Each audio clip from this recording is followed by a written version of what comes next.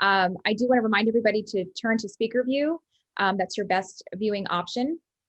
And if you just keep yourself muted for right now, if you want to ask a question, please message me in the chat box with your name, your affiliation, and if you want to ask the question or you want me to ask it for you.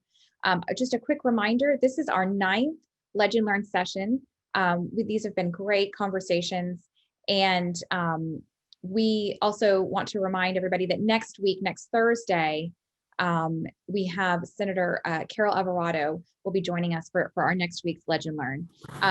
If you can please also remember to use hashtag TXLEGE for all the conversations that we're talking about today and going forward. It's a great way to stay in on everything that's happening as we march towards the 2021 session.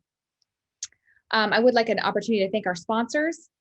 We have Costello Engineering, Outreach Strategists, the Lentz Group, Half Associates, LAN, LJA Engineering, and Memorial Hermann Hospital System. So thank you so much to all of our sponsors. Without further ado, I'm going to go right in and introduce our special guest today. She is a native Houstonian representing District 146. She is passionate about everything that she does. I'm not going to read her whole bio because you want to hear her talk and not me. I will say there was a quote in her bio that I loved and I had not heard before. And so I just want to share it real quickly. And I think it's a great way to segue to her intro. She says, the quote is, "When I stand before God at the end of my life, I would hope that I would not have a single bit of talent left. And I could say I used everything that you gave me." So just a great reminder and just very inspirational. So thank you for that. And I'm going to hand it over to her. I'm going to unmute you.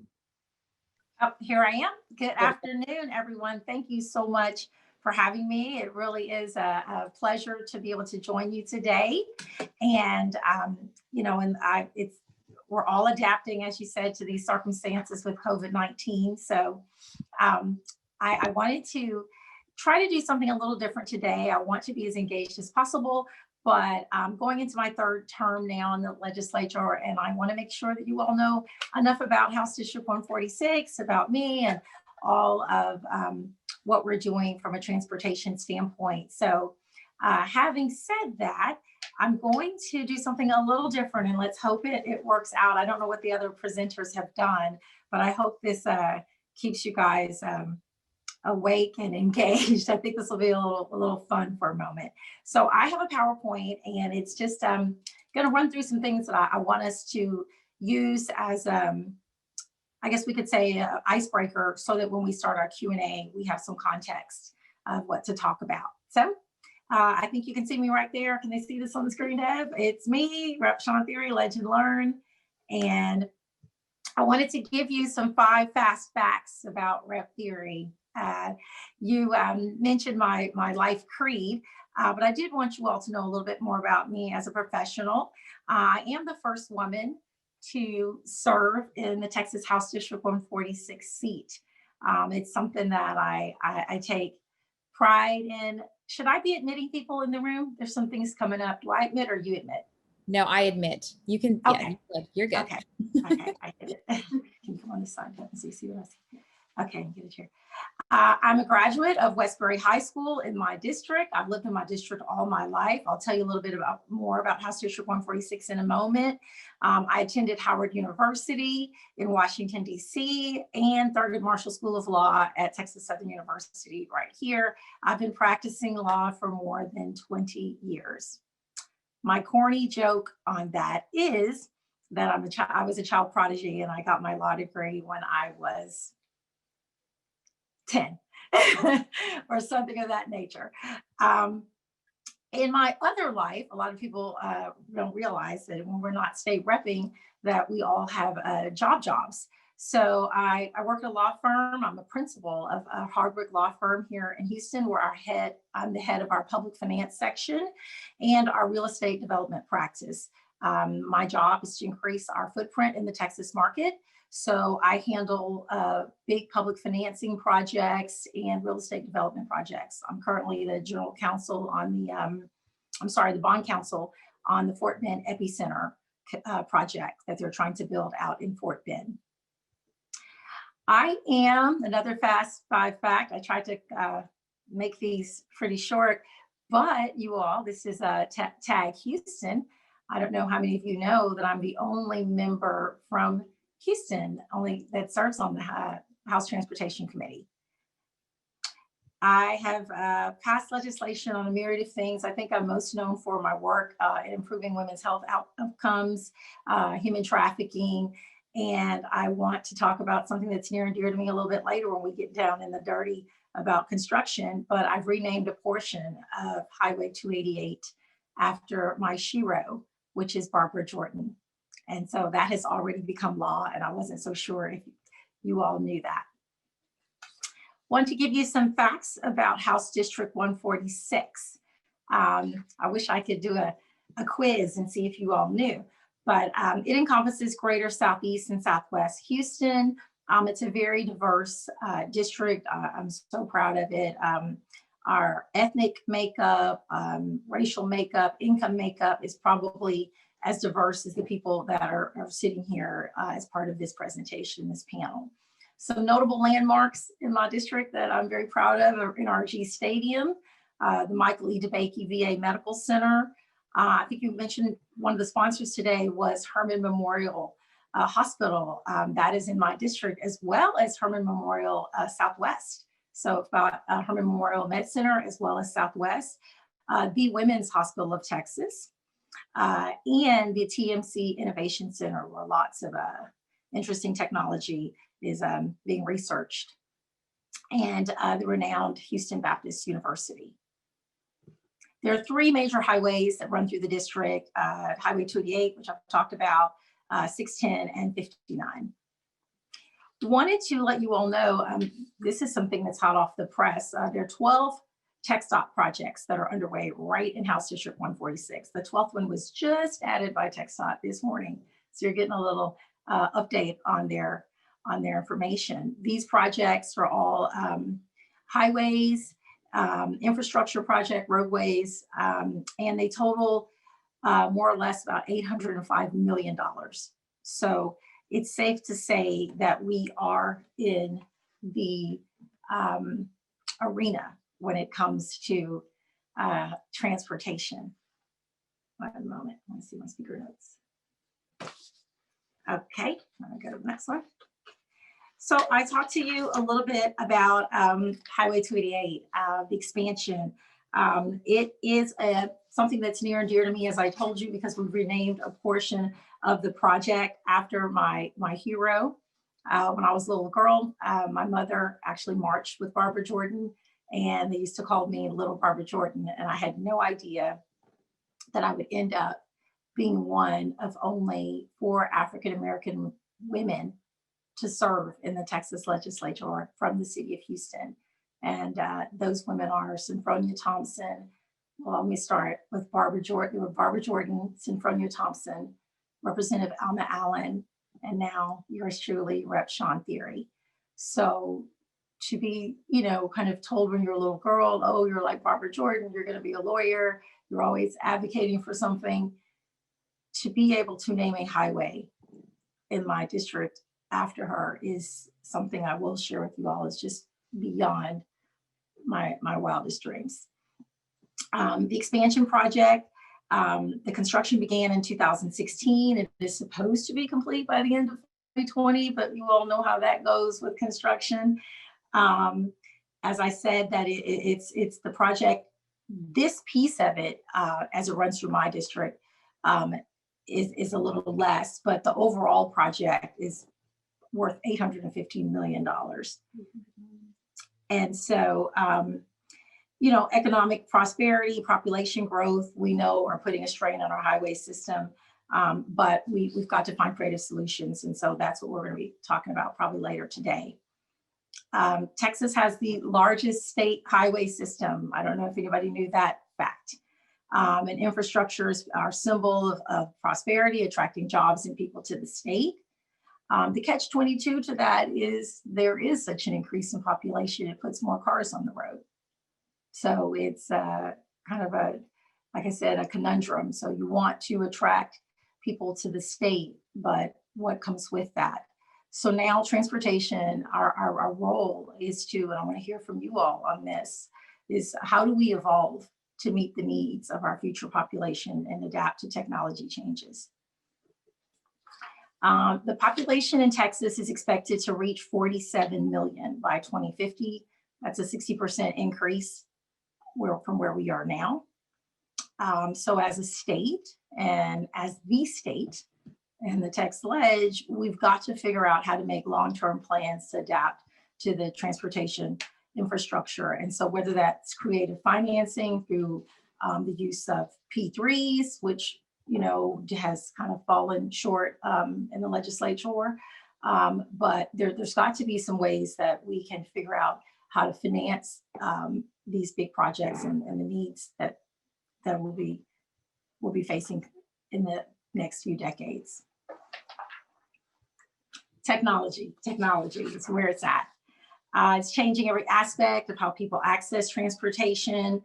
We do know, even though there are more cars on the road over time, there are going to be fewer people purchasing cars. They're using rideshare services like Lyft and Uber, hybrid electric vehicles. We have to figure out how that's going to affect our taxes, our gas tax, and autonomous vehicles and semi-autonomous vehicles. I'm going to talk a little bit about that later.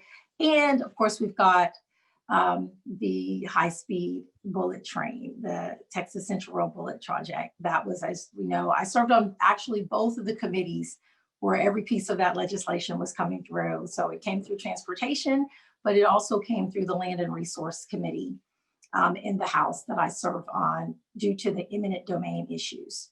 So I serve on the Transportation Committee, the Land and Resource Committee, and the House Administration Committee, which is responsible for governing the entire budget for the House. So speaking of technology, we talk about CAV. What is CAV technology? And I really wanted to share with y'all that that's something that the Texas Lege is really taking a look at. Most people know that it has to do with autonomous vehicles. But the governor has, last year, he announced a CAV task force. I wasn't sure if many of you knew that. And the task force was to bring together different leaders in transportation and researchers in combination and partnership with Texas A&M.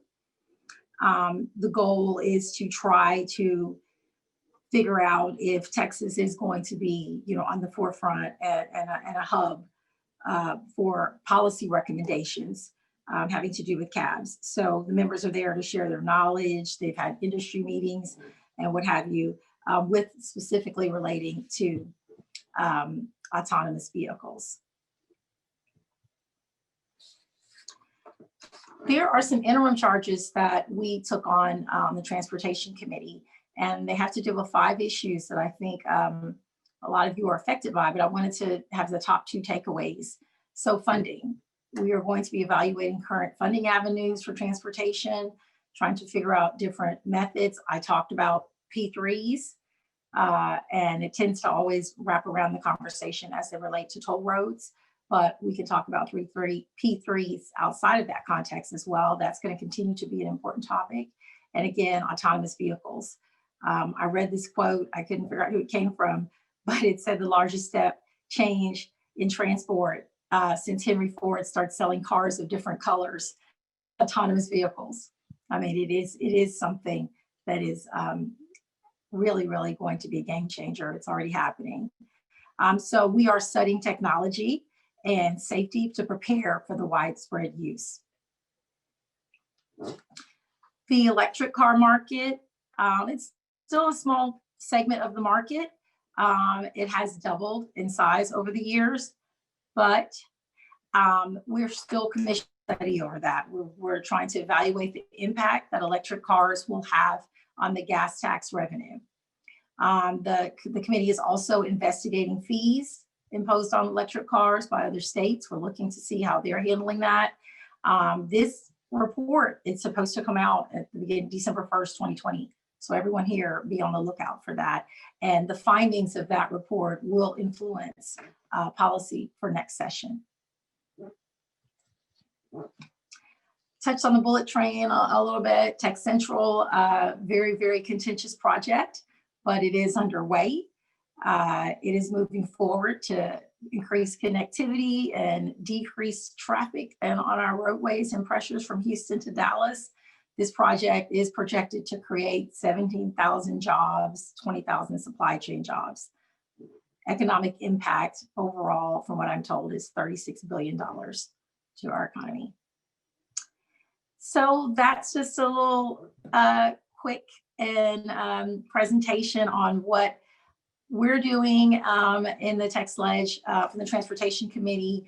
And I wanted you to know more about House District 146 and hope you have some takeaways, what I've been doing and the projects that I'm working on.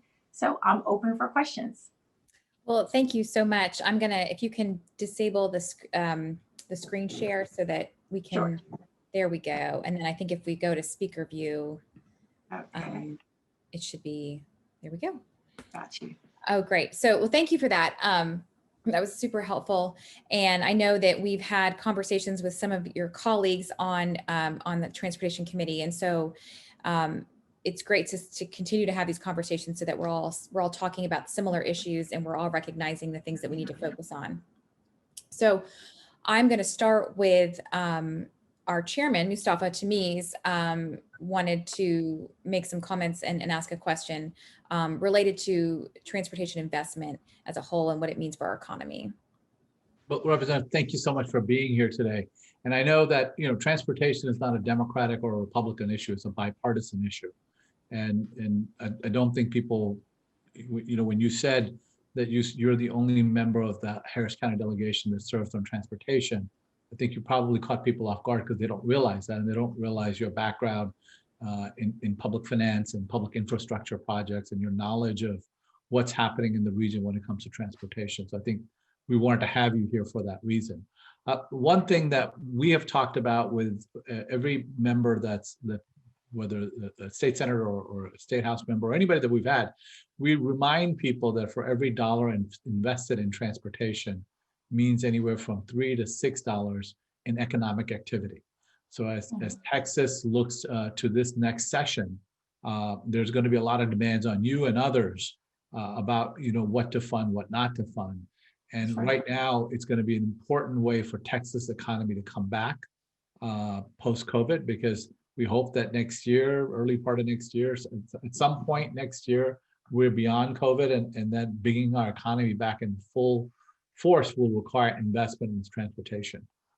So one, we wanted to put that on the table and then ask a question that, you know, from your stance, as you look at the legislature, what kinds of things, what kinds of people do we need to educate on that issue so transportation gets its fair share?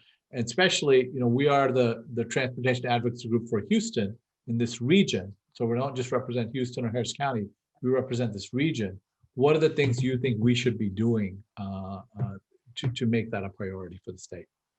I would tell you that, and this is just a little inside baseball, the kind of conversations you hear in the members lounge. A lot of times people don't realize how much we're really sharing how we, sometimes it's very contentious, but at the same time, it's not like Congress. We are able to actually sit down and have conversations with each other. And I would say, coming from an urban background, or urban city, that a lot of times people make the assumption that the rural folks are going to get it. And it's just not the case. And so I would say, you know, you don't always have to preach to the choir. Like you said, I'm from Houston, I'm here, I'm with you. But it really, it can't be understated how often and important it is for you all to advocate, use your advocacy to talk to members that don't live in major metropolitan cities. It's almost at times like the Crips versus the Bloods, you know, at times. And so we want to make sure that they're understanding that our needs are our needs, and we're not there to encroach or impose, but we need that funding. And we know that there are going to be shortfalls, Mustafa, and that transportation budget has historically just been kind of chipped away at. But the more that you all can get out there and make it real, talk about the meat and potato issues of it and how it impacts everybody, it creates jobs. But even as we move forward with technology, that we can't be left behind. Some of these things are just, they're not optional. And so I would say, make sure you're engaging people, not just in Dallas and not just in San Antonio and the big cities. You know, talk to the rural folks so they can understand why we're asking for these dollars. Thank you. I hope that was helpful. No, that was. And I think that, I guess we look for your leadership in helping us get to folks that sometimes we might not think about. You know, your role in transportation, as you see legislation, as you see that pie getting chopped up, if there are ways that we can step in and support you, let us know. If there are members that that you think we should go talk to, that's really helpful for us. Absolutely. And again, this is all kind of us speaking from what in hindsight, but there's going to be possibly a lot of changes in the next week or so. Oh, what do you mean, legislature? What do you mean? Yeah, whatever could I be referring to? But the makeup and the lay of the land and the landscape might be quite different. So your role and your objectives and your lifts may be a little different. They may be less heavy. So we'll really have to see how things play out. But the one thing that I can pretty much say is nothing will be the same. You know, it's going to be quite different from the last session, I believe. Very good. Well, thank you for that. And I think to your point too about rural legislators, the series that we're doing, we are trying to touch kind of both the urban and local, and then also others that serve on the committee that are probably representing more rural areas or areas that are just not similar to our region at all.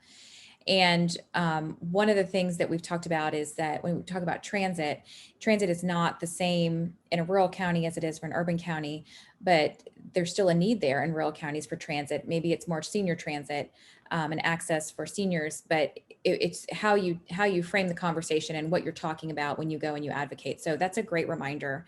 And it's a great segue. You want to talk about transportation, equity and all of these issues and how it impacts everyone. And making sure that everyone has access. And so in my district, I talk about it on a local level, making sure that areas that I represent, like historically, communities like homestead preservation districts, African-American communities like Sunnyside, making sure that they have access to reliable transportation. So that's something that I make sure that, as I was saying, you've got to have that conversation with people where they understand it and they say, well, how does this benefit me?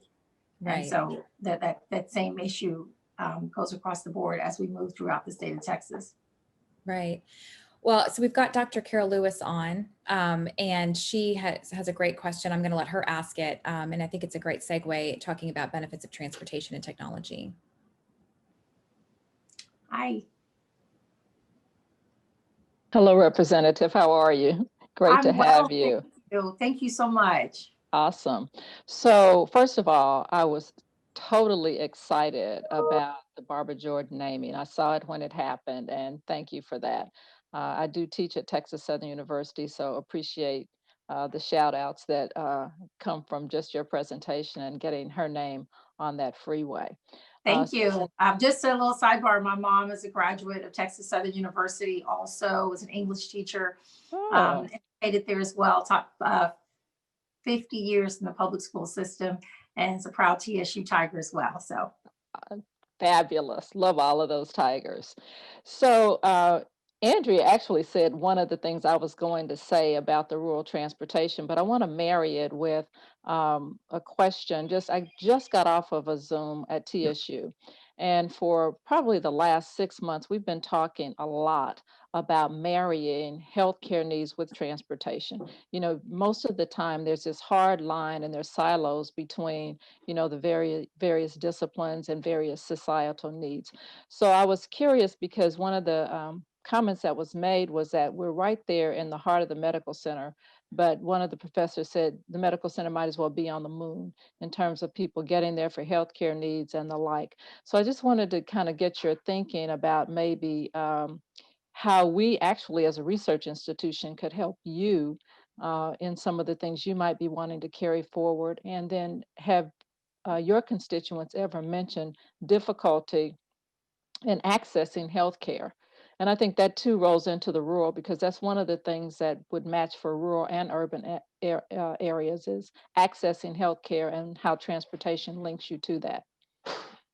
Yes, I'm so glad you brought that up, because I mentioned when I was talking about the bills that I've worked on and what I'm most known for, and being a healthcare champion for women or just underserved communities, and making sure that they have access. The disparities that we see in our communities in healthcare, absolutely, you're absolutely right, have to do so much with access. And this is something, as you pointed out about the medical center, might as well be on the moon. Most people don't know, when I worked on the maternal mortality issue, which is the issue of women dying in childbirth, I took on that cause. At the time when I did it, I had no idea that my district, the district with the highest, the zip code with the highest number of maternal mortalities was Sunnyside, right over here off of 610 and Scott and Cullen, which you would think isn't that far from the medical center, and it's not. And I said, so how can people were flying from all around the world to receive care at the Texas Medical Center. And then my constituents right over here in Sunnyside, these women are dying at the highest rate, and so we definitely we need to think about that. One of the things we did last session was making sure that I think Medicaid covered transportation costs for women postpartum or getting to their doctor's appointments. There was something done with respect to that, but I mean, that's not enough. So I want to hear from you, and have you all reach out to my office and let me know how you think we can address that issue, how best we can do that. If you have policy initiatives that you want to advance, please come to my office, or let me know, and I'd be more than happy to take a look at that and champion it, because the way that we've tried to handle it is the opposite way, by trying to figure out how can we bring the services to the constituents at this point, whether it's building more FQHCs, federally qualified health centers, because there's a shortage of access to good clinics in the area.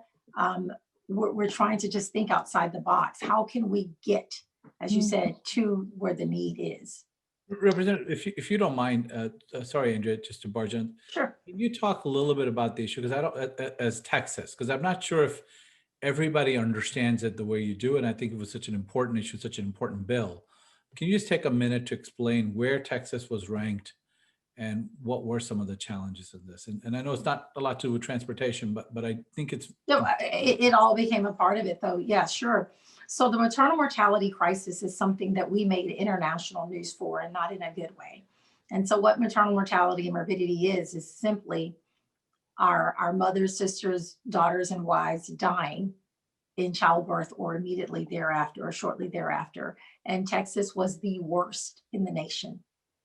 And as I said, Houston right there at the top, home to the Texas Medical Center. So it was just shocking when I found out. And then we found out that women of color were dying at 3 times the rates as our counterparts. And so when I kind of rang the alarm on that, a lot of people took notice all around the country. Mustafa, the BBC called me on that, and actually, sorry, I touched the wrong thing. I was trying to do something. Can y'all see me? 1 second. But they came and wanted to have me lay the bill out. They watched the bill when I filed it to address this issue. So the good news is it did get national attention, and even this current administration did pass the National Maternal Care Act, which injected some funding all across the country to address this issue. So there's more that needs to be done. The disparities are still great. Transportation is one aspect of that. So access. So anytime you say the word access, people need to be thinking about transportation as well. It's not just whether you have the healthcare coverage, it's how do you get there? Telemedicine, has been a game changer too for people that can't get out of their homes now. The COVID-19 pandemic is playing a part in that too, affecting transportation. So I think our mobility just can never be understated. To live in a society where you're not mobile, as we've seen the impact of that, even on our mental health. Absolutely. Thank you for that, Dr. Lewis and Mustafa. So when we talk about access and we talk about adding additional capacity and enhancing connectivity and mobility for all of these reasons, we also have to have a conversation about funding, right? So, and your presentation was great because it definitely highlighted many of the issues, the top tier issues that we're looking at. One of which is alternatively fueled vehicles, and how do we capture? It's kind of it's another equity conversation, right? So people that are using the system, how are we ensuring that they're contributing? And in our conversations with some of the other members of the House Transportation Committee, Vice Chairman Hancock of the Senate, there seems to be kind of this, I don't want to say divide, but there's two different ways of looking at it. One of which is, yes, we absolutely need to assess fees for those that are driving alternatively fueled vehicles.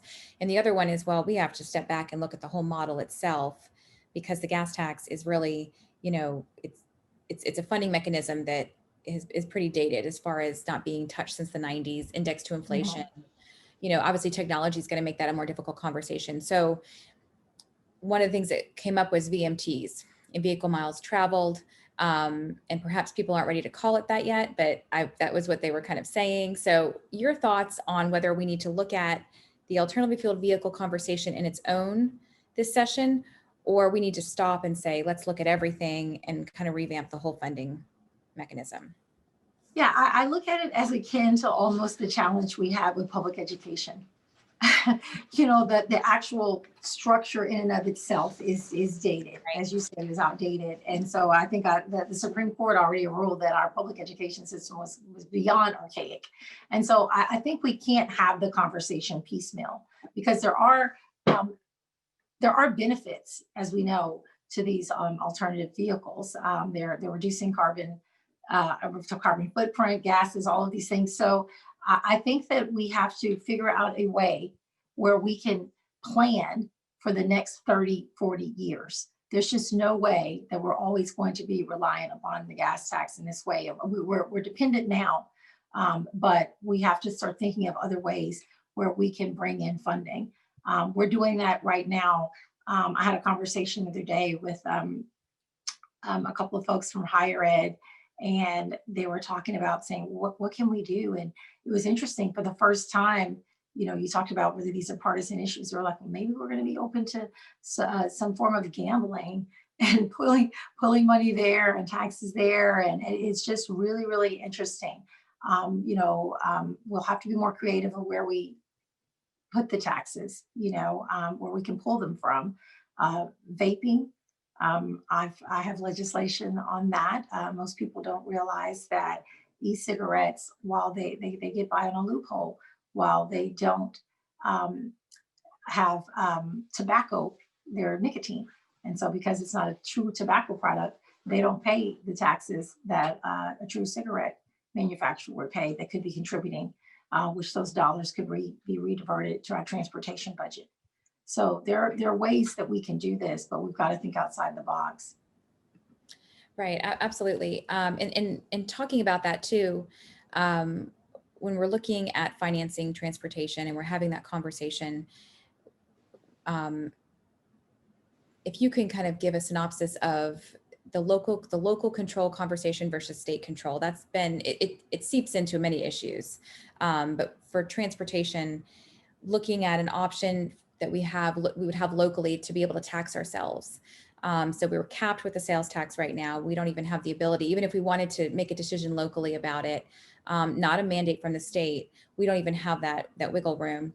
There's been conversations about exempting just transit agencies to be able to collect a tax to fund access and fund transit. So, but it does go into a larger issue of that local versus state control conversation. So I'm curious kind of where you are on that topic. Yeah, I was going to bring that up, and I didn't get to put it in my PowerPoint, but it's almost like to toll or not to toll, to tax or not to tax. They're really a lot of times local issues, and we prefer, I know the city of Houston wants to have, excuse me, as much as you said, wiggle room as possible.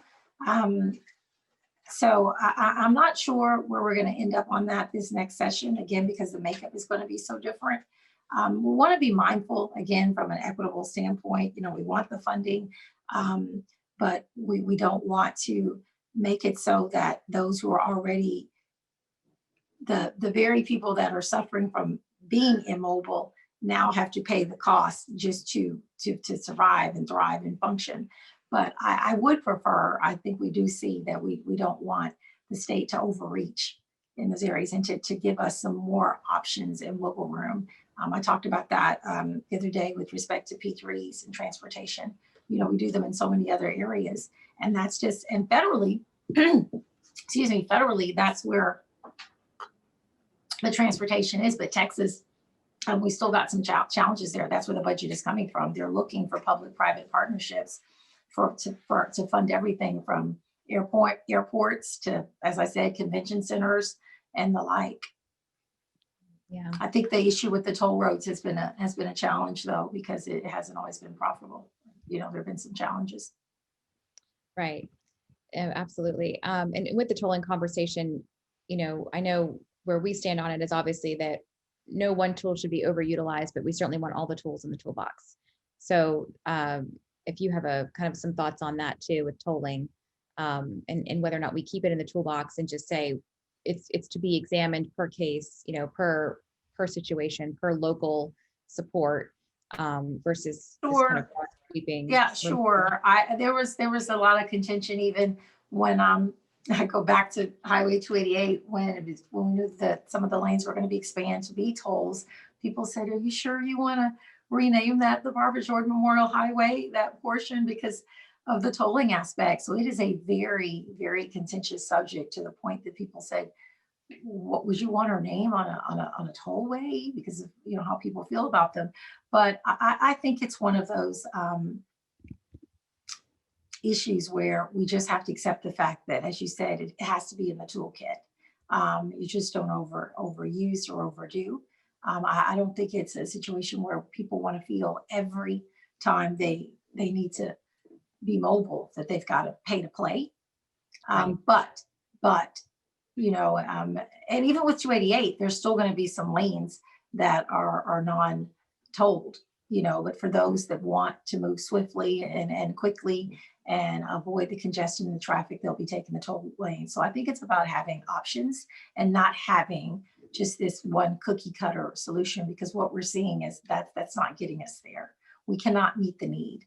We don't have the money, and infrastructure is going to be is key to our growth in Texas, our survival. Right. In follow-up to the tolling conversation, there's been recent conversations regarding HECTRA and some of the decisions that were made at the county level for changing, restructuring HECTRA, and now it's kind of gone to the state. And so, do you have any sense of how that's going to be handled, at the state level, or your thoughts on that, where that money gets spent? I'm sorry, I really don't know right now. I'm not, as we say, I'm not advised. I'll have to wait and see. I can't predict how that's gonna be handled next session. I want to move to safety. It's another huge issue, and with COVID, there was a sense that our numbers would go down significantly for fatalities on Texas roads, and we know that it's been 20 years since we've gone a day without a fatality, and unfortunately, those numbers did not go down as much. We realized that it had a lot to do with speed, and so.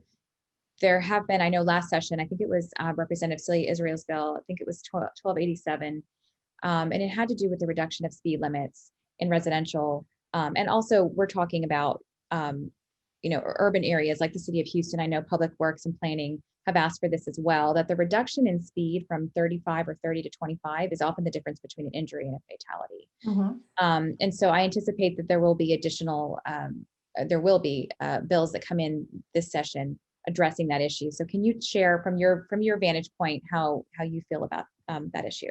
Yeah, I worked with Celia a lot on that piece of legislation, and she was very passionate about it. And she spent many days coming to my desk and saying, "Rep, are you going to be with me on this? And I told her I was, and you know, and sure. And it was very limited. I think she even, at one point, I think she tried to just bracket that bill just to Austin, just to the area, and it still failed, didn't it? It didn't pass, did it? No, it No. did not. And Yeah, so, no, it didn't.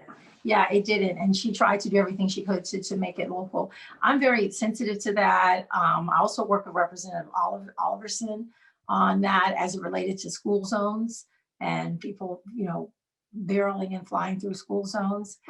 Sometimes I feel I may be a little, maybe I should white light it or something, but I had my mother's brother, she was a child, was killed by a speeding driver. He was getting off the school bus and he was run over and killed. And so, you know, so you can imagine, you know, my position on it, and being the mother of a 7-year-old daughter, I'm very, very sensitive to the issue. I think that, you know, again, it's one of those issues where we put it in context. You know, people want to go more than, remember when it was 55 saves lives, you know, and then it was 65, and then it was 75, and then, you know, will it be 8, you know, so, you know, we change as the times change, but when you're on residential areas, I think that that there's some things that have to be off limits, and we have to realize that we need to be pragmatic and prudent and reasonable. No, absolutely. And it's such a serious issue. And I think, I mean, there's so many people in other conversations that we've had in these sessions where some of our attendees have had really personal stories like that. So, you know, we're all touched by that issue, and it's very serious. So we appreciate your support on that issue. One of the other things that we talk about in these sessions is, while we want to focus on transportation and it does touch many other issues, we also want to be mindful of some of the other things that you think are going to be really taking center stage for session as we look towards session. So obviously budget is going to be huge, and funding and having to cut budgets and things like that. But what are some other hot issues that you think going in we should be mindful of? Well, redistricting. I know you all have had that sexy conversation. Is that right, Mustafa? You want to, so that again, that's everything. So we have to see how that's going to flesh out. Again, that's going to depend a lot on how things turn out on November 3rd.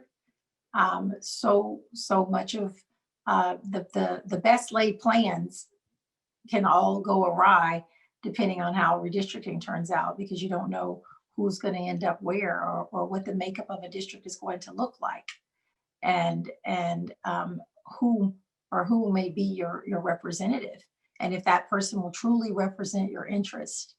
So I know that that's going to be front and center.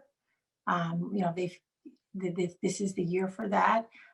Pub Ed, everyone, I hope people understand that House Bill 3 was just kind of a Band-Aid. It's not funded going forward. So we're right back where we started from. We've got to come back with more creative ways. And now when you roll in the COVID-19 pandemic, there's just so many shortfalls.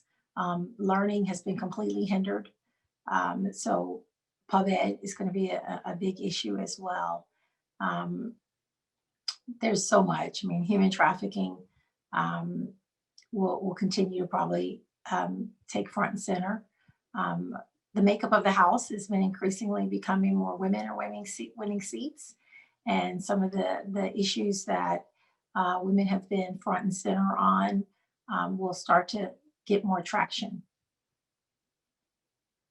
Well, that's helpful. And I think too, you mentioned obviously the composition and what the landscape and what that looks like. And I mean, no matter what, we're having a new speaker. And so that just changes, that can change so much. I'm going to tip it and to. there will be a limit, just so you know, you all. I mean, I as I said, I sit on House Administration Committee, and we haven't convened even by Zoom lately to talk about how this is going to work, where we're going to sit. And, you know, there's been some mild conversations, but we don't even have rules. Last I heard that there's no rule that members will even wear a mask on the floor. We can't make a member do that, which is shocking, because we can make a male member wear a jacket, but I guess we can't make them wear a mask.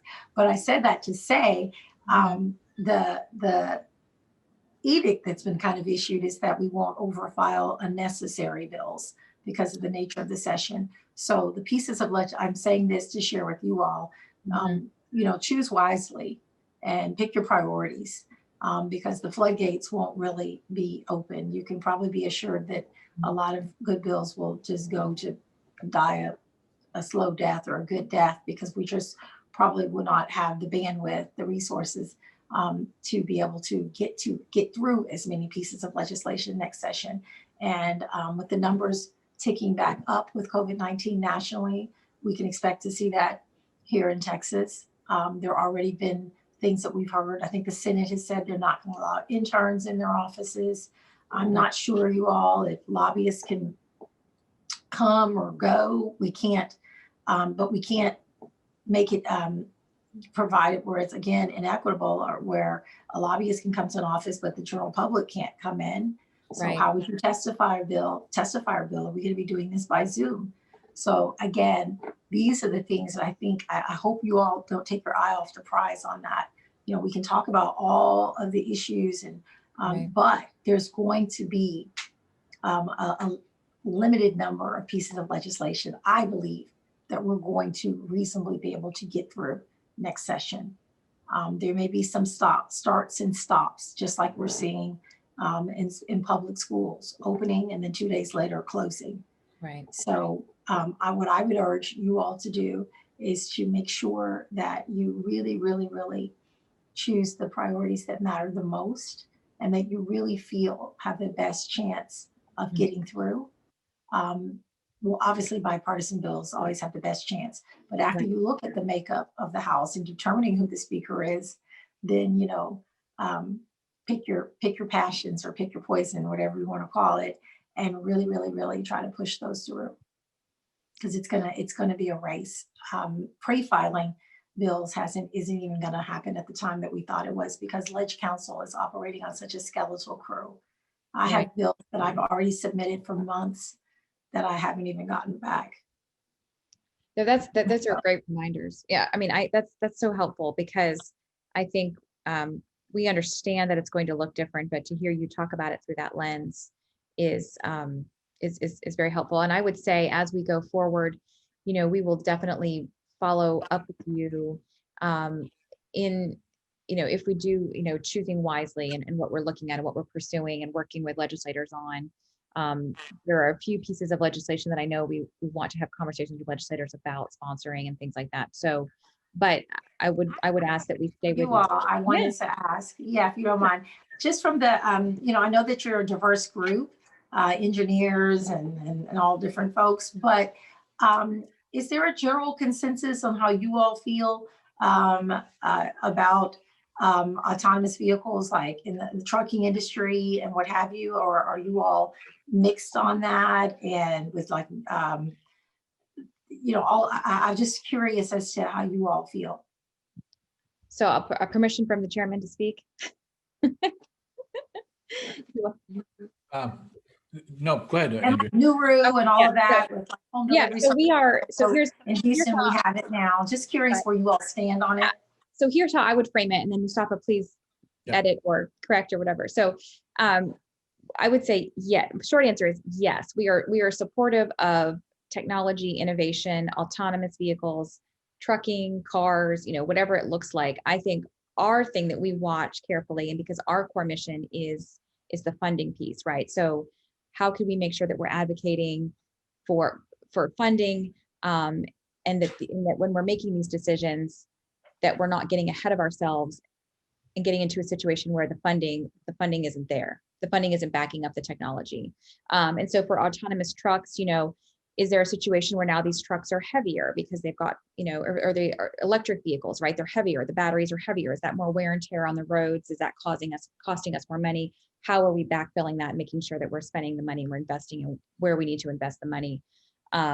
So that's really where we are on it. So we welcome the technology. We know like that the third axle on the 18-wheeler. I think that one was a big debate with you all. They said it was heavier, but you could carry more and make less trips, and therefore there was a big debate that it was harder on the road, but some people said it wasn't because there was less trucks because they could move more. Right. I just, yeah. Yeah. And just like electric vehicles, right? So we want that innovation. We welcome it. It's great for all kinds of other issues, air quality. But again, so then what happens to our fund that we're collecting gas tax? And now that's dwindling. How are we paying for the infrastructure that's still being utilized? The technology's there, but we're still needing the basic infrastructure. So if that makes sense. Okay. Yeah, it's just always good to know. I think that's one of the things that doesn't always happen in these formats is, we do a lot of the talking but we don't get an opportunity to really hear from you all. So I want you to take advantage. I know we're on public forum, but take advantage if you can of educating me on the issues that matter when we have this kind of time and where you will spend. Yeah, absolutely. Mustafa, did you want to add to that? Yeah, I just want to add, so we have legislation that supports taxing electric vehicles. And it's something that we had initiated this in the session before. It's gotten some traction. Chairman Nichols has also been open to this. We've talked to the vice chair who's been open to this. We really want to talk to you about it on the House side, because the larger umbrella that this falls under is from our vantage point is that the two things we drive are how do we bring more revenue into transportation, especially for Houston, and then two, the safety element of it. So if we wade into those type of bills, if you ever need us to, we can look at a specific bill and tell you what we think. But we would love your leadership in driving a more significant conversation around taxing electric vehicles, because they don't pay the gas tax. Right. That the gas tax itself has not been increased. So as we see more and more electric vehicles on our roadways, and we see less and more fuel efficient cars, there's a revenue drain that's happening in transportation. And so when we see all these deferred maintenance issue, we see all these issues where we're debating whether we should have a toll road or not toll road, because we just don't have the revenue to build it. We don't have the revenue to properly maintain it. Right, to finance it. Yeah, and maintain it. Yeah, so this degradation to our infrastructure is not done in a vacuum. So we have to really start looking at the future technology, whether it's adding a more axle or if it's also just putting an electric vehicle on the ground. Is that if we don't tax that electric vehicle now, what are we going to do 5-10 years from now when there's so many of them? There'll be a lobby there fighting us, and they're still using our roadways. Right. So that Andrea, you might want to send the representative our bill. Right. Yeah. Let me. Yeah. But there's a lot of, just like anything else, it's the devil's in the details, right? So how is that collected? What does it look like? Where does it go back to? And we're supportive of all modes, right? So we believe that it's not an either or conversation. We need everything. But there are certain modes that are not elevated right now to the funding level that they should be. And so we want those conversations too. And so that's kind of, if that gives you kind of a good landscape of where we are. Well, did you all know about, I think I had it in my PowerPoint, did y'all know about that report that's going to be coming out December 1st? I guess y'all had your eyes on that already. Yes, and Celia says it might come out a little earlier. Representative Israel said it might come out a little earlier. So we're trying to stay really close to all of these conversations.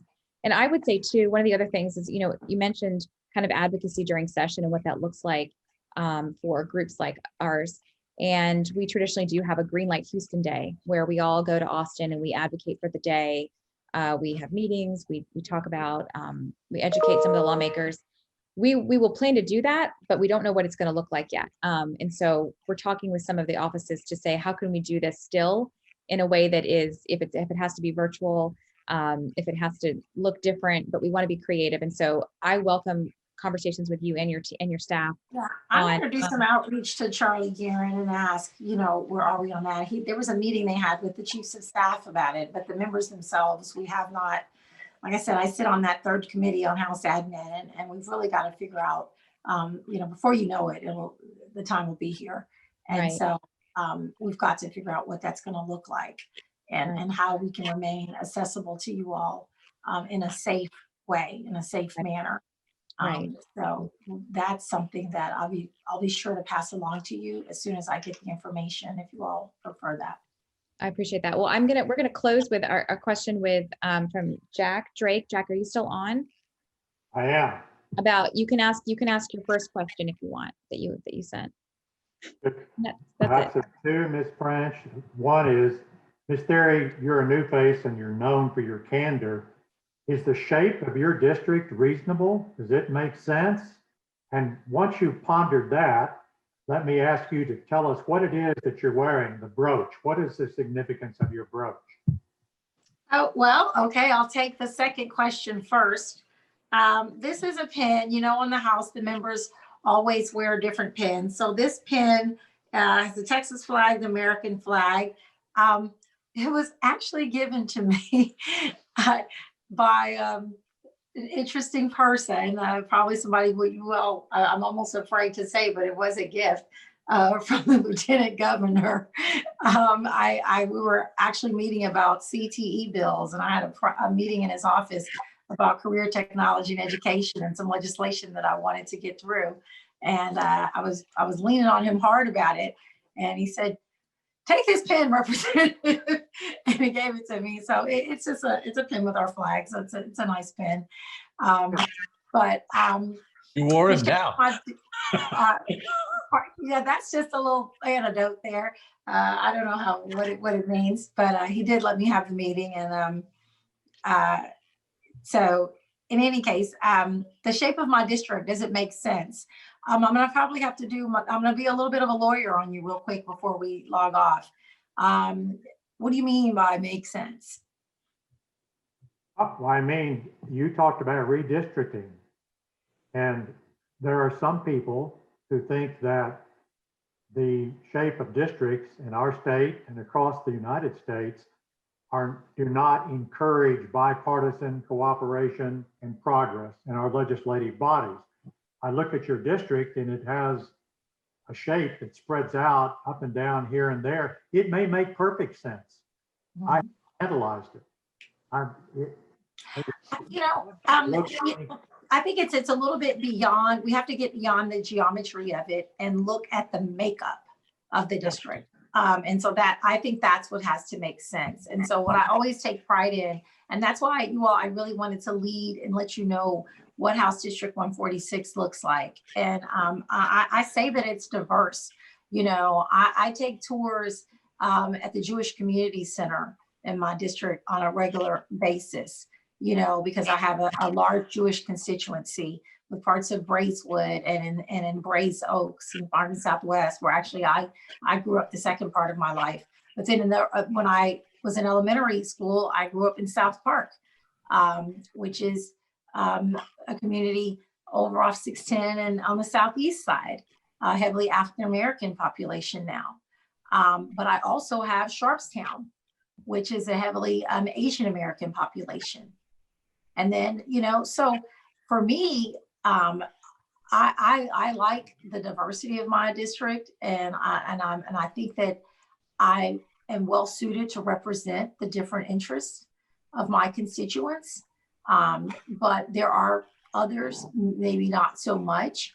I have a large Hispanic population, Latinx population in my district as well, that I make sure that I'm a strong advocate for. So that's why I like to say that I feel my district a lot of times when I'm out and about reminds me so much of, you know, everyone that I'm typically talking to in a room. You know, a lot of hardworking families as well, you know, from all different types of industry. But then, you know, it's not the upper echelon in income. I looked at one member's district, I think it was in Dallas, and I said, whoa, the average income in your district is like $85,000. It's pretty high, you know, or $90,000 a year. But my district, I guess I'll say the short of it, I feel that it's well represented. I would hate to see it be carved out in a way where those who needed a voice became voiceless. Representative Thierry, with your permission, might I add something to that? Sure. I work with the representative on a number of legislative issues. So certain districts, Jack, are protected by Voting Rights Act, Section 3, that has to do with communities of interest. And so House District 146 happens to be one of those districts. There are a number of a lot of the majority minority districts are protected by the Voting Rights Act. So that also factors significantly into how some of those legislative districts end up being assembled, notwithstanding the fact that we do have some serious issues around gerrymandering, where there are some, I mean, if you think her district is odd, I can show you some districts that really are disjointed and make no sense. But certain districts are protected by the Voting Rights Act, and it's about making sure that there's fair representation. Appreciate your addition. Sure. And I hear from all types. Like I said, we do a lot of social services, if you call my office. And so people have called on a daily basis since COVID-19 hit you all, asking for us to assist them with their unemployment claims from TWC. And they're not just Democrats calling,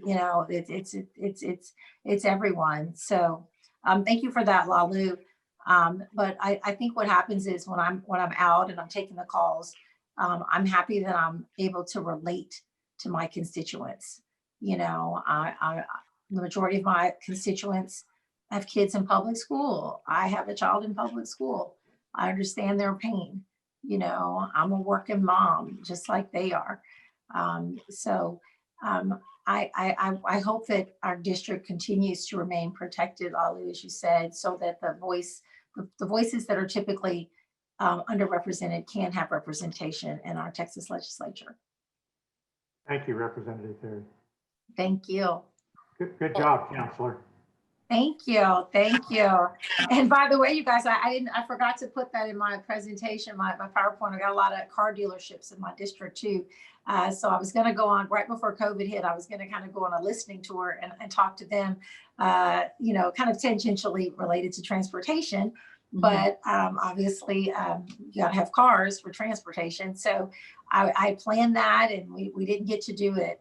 And so there've been some outreach from some of the automotive dealers that said, Rep, what can we do to kind of still talk to you about these issues? So once again, we're zooming our lives away. So. Right.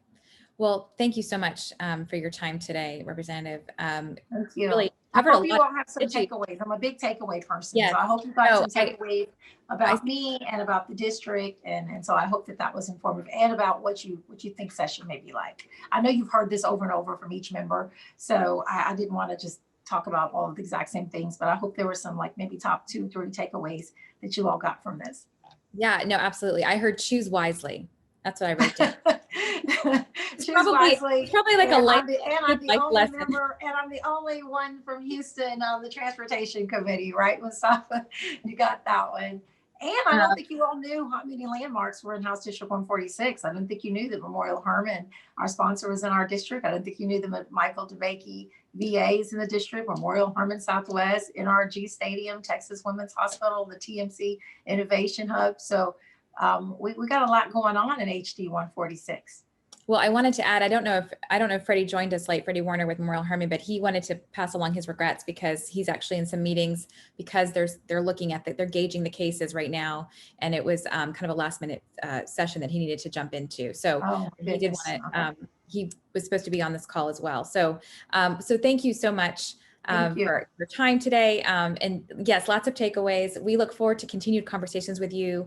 And I did want to close Michelle Muscood with Dannenbaum Engineering said it very succinctly when asking kind of what our overall mission is, and we want to enhance mobility. So whatever encompasses that is what we're here to support. So access, connectivity, and what we have said in the past is a healthy state of mobility, which means options, access, and a lot of safe connectivity. So thank you for that. And thank you again for your time today, and great questions, great conversation. We covered a lot, and we really look forward to staying in touch. Thank you all. Please stay safe. Look forward to engaging soon.